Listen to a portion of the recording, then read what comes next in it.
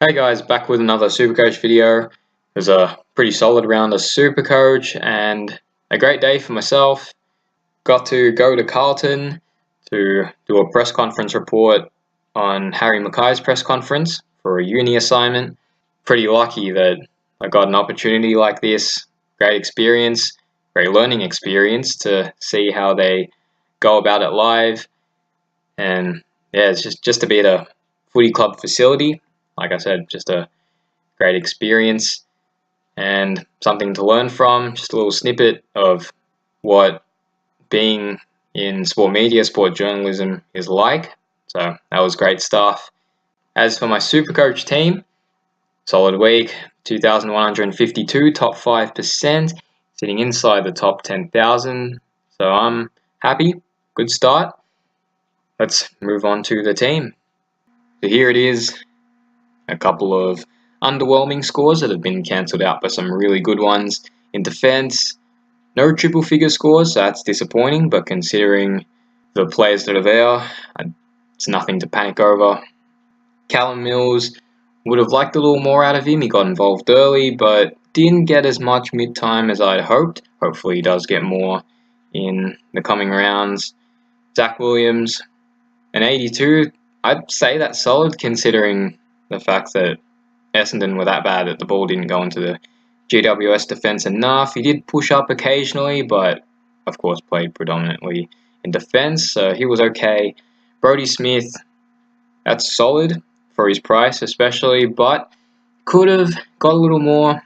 There were a couple of plays where he could have been involved in a link-up, but the ball didn't get to him, so it's unfortunate, but we'll take that score. Darcy Moore, he was very good, one of the Pies' best that night.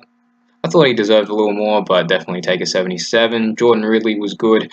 Jordan Clark was very good as well, looked really composed in the Geelong defence. Dersma as well, good stuff. And Marty Hoare, slow start, but recovered pretty well. The midfield, the Primo is definitely the strong point for this round. Paddy Cripps, 126, and I regret not taking the loophole score, lost 29 points there. I guess early season, you've got to learn not to be too greedy considering we're nowhere near full primo yet. Just got to take a guaranteed good score if it's there. Lachie Neale, 127. Great stuff. Brilliant first half. Got tagged by Hutchings in the second half, but still pumped out a 127. Great stuff. Stephen Canelio, he was everywhere, dominated the game. Couldn't ask for more. Dustin Martin, honestly, probably one of the worst 109s I've ever seen. I went to the game and definitely didn't deserve it. I'll take it, I'm not complaining because I've got him, but gee, I don't think he deserved it at all. I think he was around 70, 72 three-quarter time, and I don't know how he got, 37 odd points in that last quarter. Didn't really do much, but like I said, not complaining. I've got him in my team. I'll take the 109. Matt Crouch, I think he got 40 touches. He was everywhere. And yeah, that's what we know he can do. He's a ball magnet. And you can count on him to just rack up the possessions each week and pump out some huge scores, which he did this week, so that's great. Tom Liberatore, just a 75. He did get 28 touches, so that's a good sign, but I'm not sure behind the reasoning on the low points. Even though he got a massive amount of touches, maybe his disposal efficiency was at 60%. Maybe he didn't get enough points in the clutch and he scaled down. So just hope he can continue form like that, because 28 touches is a good sign. Just hopefully it translates to good SuperCoach scoring. Sam Walsh, just a 68. He looked good. Just needs to fix up the ball use, but he'll be alright. Charlie Constable, very good. Kicked a clutch goal. Great time to kick his first goal of his career. And he finishes on an 85, so that was great stuff. Zach Butters was really good. Bailey Scott got the Rising Star nomination, obviously. He was awesome. Tom Atkins is really good as well. Brought the pressure and just does the team things.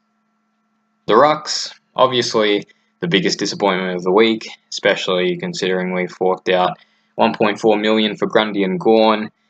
Grundy hampered by a toe injury. So once he gets back to 100%, hopefully we can see him at his best. And Max Gawn, targeted all day.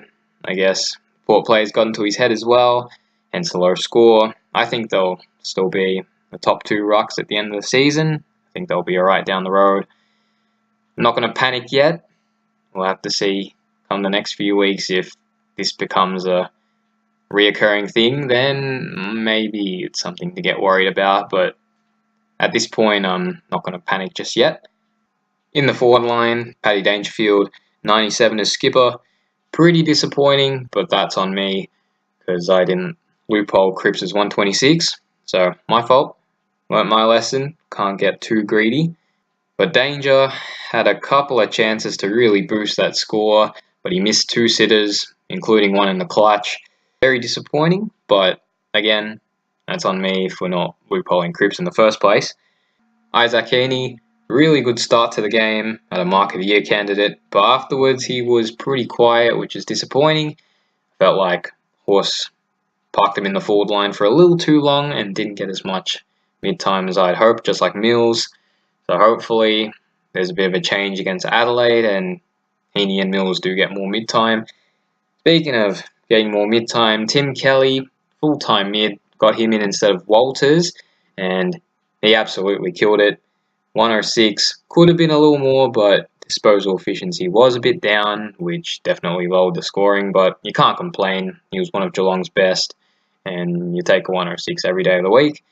Lincoln McCarthy, as a Cats fan, it's disappointing that he couldn't have many of these games with Geelong, but a fresh start's definitely what he needed, and it's good to see him do well. Hopefully he can have more games like this, especially for my Supercoach as well.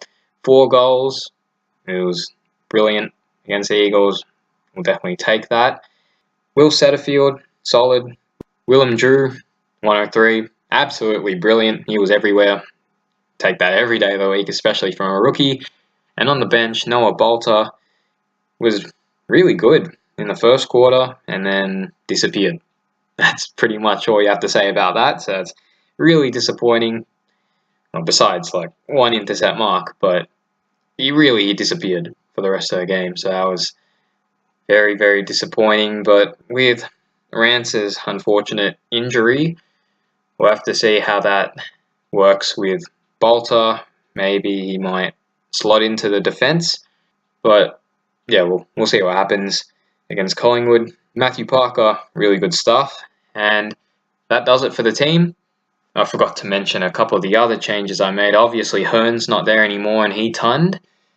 But yeah, if he can continue form like that, he'll definitely be an upgrade target. And I traded out, I think it was... Oh, I had Drew in the midfield, which means I had Petruccelli in the forward line, that's it, and Scrimshaw in defence. Those guys got taken out. I brought in Ridley. Darcy Moore I don't think I had in my last video. And Tim Kelly, of course, I mentioned that, and Libba, that's it. So those were the changes, and yeah, that's the team. As far as trades are concerned, I don't plan on making any this week, barring any injuries. I'm not going to hit the panic button on anybody just yet. I know a bunch of people are trading out Grundy and Gawn, Oliver, and people are bringing in Rockcliffe, Sheed, and whatnot.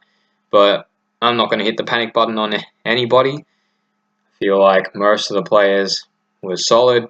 Some were underwhelming, looking at the rucks. But like I said, not panicking. And I'll make correction trades at the end of round 2 if I need to. I don't endorse rage trading guys like Clayton Oliver, Brodie Grundy, Max Gawn. I just feel like you got to stick with them. You got to count on them to bounce back. They're primos for a reason. They're priced at where they are for a reason, and they're going to bounce back. Just got to stick with them. Don't rage trade them. But if their form continues to dip, then reassess. But at this stage, they're premium selections. They're priced the way they are for a reason, and I feel like you just got to stick with them. For my vice captain and captain, got a few in mind. Crouch, Cripps, Dangerfield, Neil, maybe Cornelio, but right now I am leaning towards Dangerfield Vice. I just feel like he'll be in for a big game against the team that beat them in the finals. First game in Geelong for the year, and he didn't have his best game against Collingwood, so I feel like he'll be in for a big score. And for captaincy, I'm thinking after North Melbourne's shocker against Freo, I think Lachie Neale could be in for a big score as well. I feel like he's a solid choice. Obviously, that can all change, but for now, I'll keep it on Danger and Neale. But that should do it for this video. Hopefully you guys had a good week, and good luck for this upcoming round. I'll see you guys in the next video.